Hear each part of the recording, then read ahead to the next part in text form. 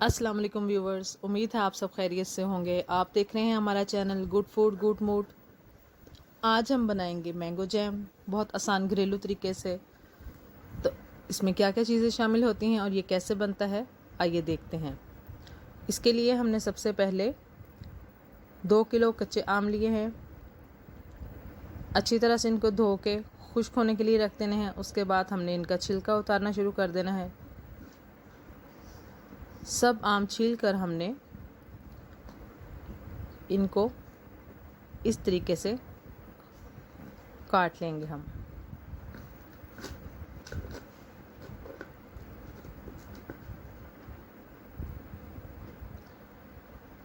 छीले हुए आमों को धोने की ज़रूरत नहीं है। इनको हमने इस तरह से गुठली के साइडों से सारे आम अच्छी तरीके से उतार लेने हैं, क्योंकि ये कच्चे हैं और इनको ज़रा उतारना थोड़ा सा मुश्किल होगा। इसलिए हमने गुठली को छोड़ के बाकी सारे आमों को अच्छी तरह से काट के रख लेना है। इन कटे हुए आमों को हम एक पैन में या किसी भी खुले मुंह के बर्तन में हमने डाल कर, और इसमें तकरीबन हम 2 गिलास पानी शामिल करेंगे और हम इसे चूल्हे पे चढ़ा देंगे। तेज़ आंच रखेंगे। नीचे हम 15 मिनट तकरीबन पकाने के बाद हम चेक करेंगे कि हमारे मैंगो गल चुके हैं। अगर हमारे मैंगो अच्छे तरीके से गल चुके हैं तो हम इसको नीचे से चूल्हा बंद कर देंगे। और आम हमारे तकरीबन गल चुके हैं तो हम इसका चूल्हा बिल्कुल बंद कर देते हैं। फ्लेम ऑफ करके हमने इसको ठंडा होने के लिए रख देना है।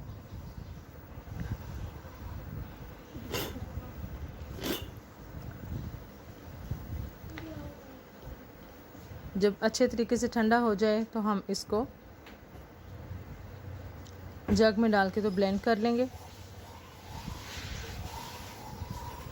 थोड़ी थोड़ी मिक़दार शामिल करके साथ ही इसका पानी भी शामिल करते जाएं। तो हमने इसको ब्लेंड कर लेना है अच्छी तरह से।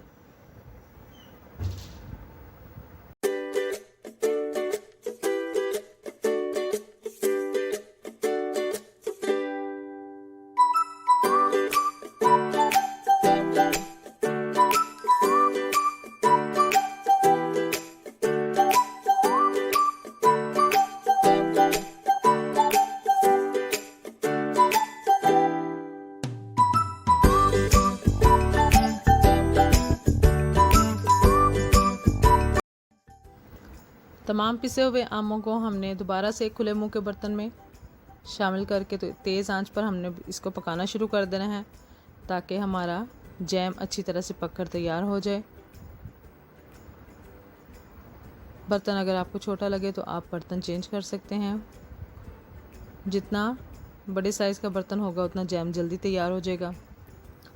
2 किलो कच्चे आमों का गूदा हमारे पास, जो कि हमने उबाल कर पीस लिया है। अब इसमें हम तकरीबन 1 किलो के करीब हम चीनी आहिस्ता आहिस्ता इसमें शामिल करते जाएंगे।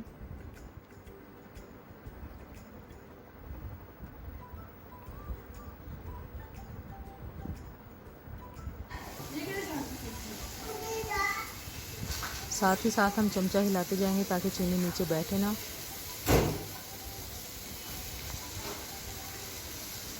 एक मिनट ब्लर आ रहा है। और 1 किलो चीनी को हमने आहिस्ता आहिस्ता सारी शामिल कर देनी है इसमें। और हमने इसको चम्मच को मुसलसल चलाते रहना है और आंच को हमने तेज़ रखना है।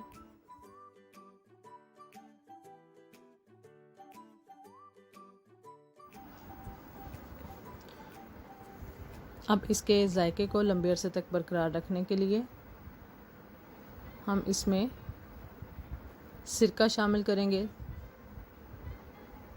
तकरीबन आधा कप हमने इसमें सिरका शामिल करना है।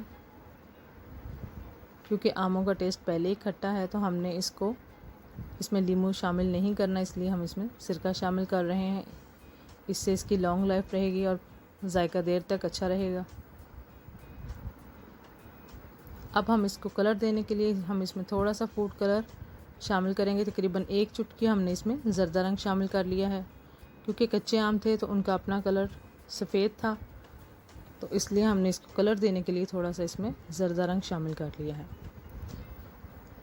अब जितनी चीज़ें हमने इसमें शामिल करनी थी सब कर ली हैं। अब हमने इसको मुसलसल चलाते हुए गाढ़ा होने तक पकाना है।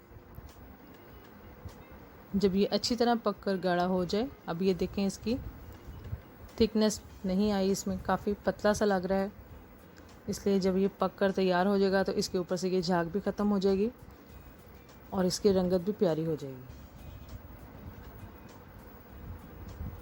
अच्छी तरह गाढ़ा होने की शक्ल में इसकी रंगत से आपको अंदाज़ा हो जाएगा। ये देखें अब इसकी रंगत चेंज हो गई है, ऊपर से झाग बिल्कुल ख़त्म हो गई है और पक कर ये गाढ़ा हो गया। तो हमने इसका चूल्हा बंद करके इसको ठंडा होने देना है।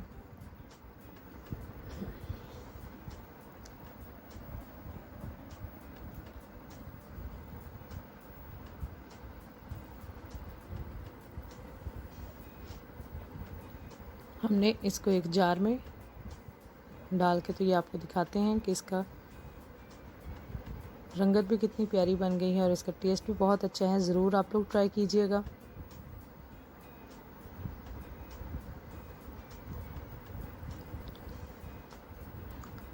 आमों का सीज़न है तो ऐसी चीज़ें बच्चों के लिए बहुत अच्छी होती हैं और घर की बनी हुई चीज़ें तो स्पेशली बहुत अच्छी होती हैं। इसको लंच को बनाने के लिए भी आप किसी भी तरीके से इसको इस्तेमाल कर सकते हैं। ज़रूर ट्राई कीजिएगा। अपनी और घर वालों की सेहत का ख्याल रखें और हमें भी दुआओं में याद रखिएगा। अल्लाह हाफिज़।